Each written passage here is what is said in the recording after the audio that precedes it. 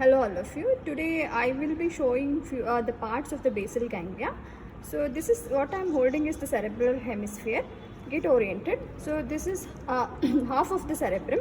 So this is the left cerebral hemisphere, and this is the medial surface, this is the superolateral surface, and this is the inferior surface. So now what we have done is we have taken the whole brain, we have taken the section, and then again a horizontal section is taken to show the parts of the basal ganglia. So now I am turning it upside down. So now you can see this is the inferior surface of the cerebral hemisphere where the section is taken, and this is the anterior end, that is frontal end, this is the posterior end. Okay, so that can be identified by this white matter. I think you all have seen this is the corpus callosum. So this is the anterior end of the corpus callosum. It's easy to identify because anteriorly it will have a genu, then this is the body, then this blunt rounded part, this is called the splenium. So this is the anterior end and this is the posterior end. Okay, so now I am turning it upside down. Now what you are seeing here is the mixture of the white matter and the grey matter. So you are seeing the external, the cortical grey matter, and in between that you are seeing the white matter. So here and all you are seeing the white matter, and within this white matter again you can see few aggregation of the cell bodies of the neuron, which are called as nuclei within the central nervous system. Otherwise it is called as ganglia in the peripheral nervous system. So here they are called the nuclei. So this basal ganglia is a huge mass of nucleus, okay, which is present within the cerebral hemisphere. So here the white matter what you are seeing, these are the forceps minor, forceps major and all. So now we will concentrate on this area. Okay, so we will concentrate on this area, and here what you are seeing, this is the lateral ventricle. Okay, so this is the lateral ventricle, and here lies the region of the basal ganglia. So what is this basal ganglia? It is nothing but the collection of the neurons, okay, within this. So now we'll see the parts of the basal ganglia. So this basal ganglia includes the caudate nucleus. Please see here, this is the caudate nucleus, the medial most structure. Then we have lentiform nucleus. Okay, this is the lentiform nucleus. The caudate nucleus and the lentiform nucleus, they are separated by a white matter that is called internal capsule. Okay, V-shaped internal capsule. So what are the parts of the basal ganglia? It has the medial caudate nucleus, then lateral lentiform nucleus, and both of them they are separated by internal capsule. But certain fibers are there which connects the corpus caudate nucleus with the lentiform nucleus along the inferior aspect. So now the parts are the caudate nucleus and the lentiform nucleus. Again, this lentiform nucleus what you are seeing, okay, it is divided into two parts. Okay, so this lateral part, this is called the putamen. This medial part is called globus pallidus. Okay, so this whole thing is the lentiform nucleus. This lentiform nucleus has broad convex lateral surface, then a more convex but narrow medial aspect. Okay, within that, by the presence of what is called the external capsule, by the presence of the external capsule, it is divided into by the external medullary lamina.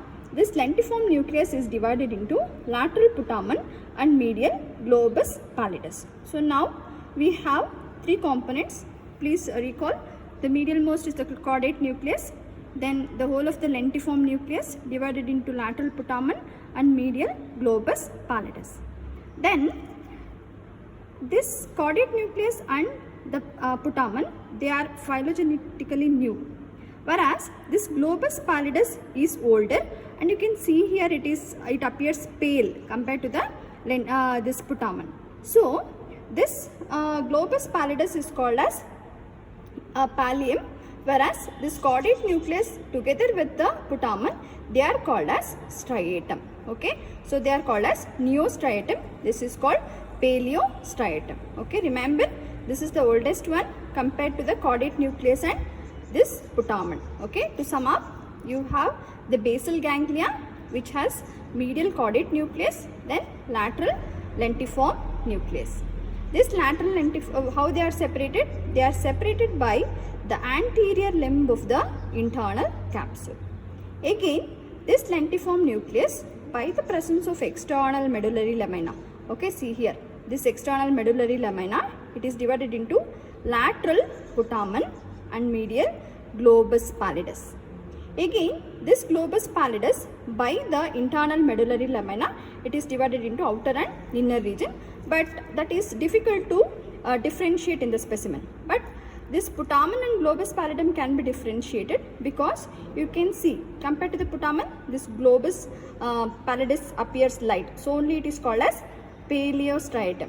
Whereas caudate nucleus and the lentiform nucleus, they are considered together and they are called as neostriatum. Then what lies outside this lentiform nucleus, that is called as the claustrum.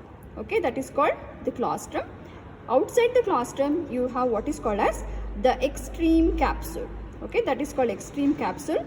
Then outside the extreme capsule, what you are seeing, this is called as the insula, or where you have the insular lobe, that is the fifth lobe of the cerebrum. Okay, so now to revise, the medial most component is the caudate nucleus. This caudate nucleus has actually, this is the anterior end, this is called head of the caudate nucleus.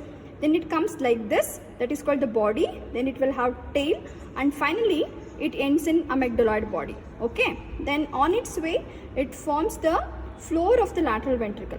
Okay, so this is the caudate nucleus. Then next to the caudate nucleus, what you are seeing is the anterior limb of the internal capsule. Then lateral to the anterior limb, you have the whole thing is called lentiform nucleus. So this lentiform nucleus is divided into lateral putamen and medial globus pallidus by external medullary lamina. Okay, you have one more thing, that is internal medullary lamina also within the globus pallidum. Then lateral to this putamen, you have the claustrum, then you have the extreme capsule, then you have the insular cortex. Then what is the function of this basal ganglia? So this basal ganglia actually, it had its most important role in lower animals, where it was controlling the whole of the motor activities. But in higher animals, by the appearance of the cerebrum, okay, which takes care of all the controlling activities, it just functions as coordinating between the other regions and the cerebral cortex. Okay, so this basal ganglia, it receives the afferents from the cerebrum to the caudate nucleus and the putamen, that is neostriatum. Whereas these afferents will be going to this globus pallidus. So most of the efferents from the basal ganglia will be from this globus pallidum to the other parts of the brain.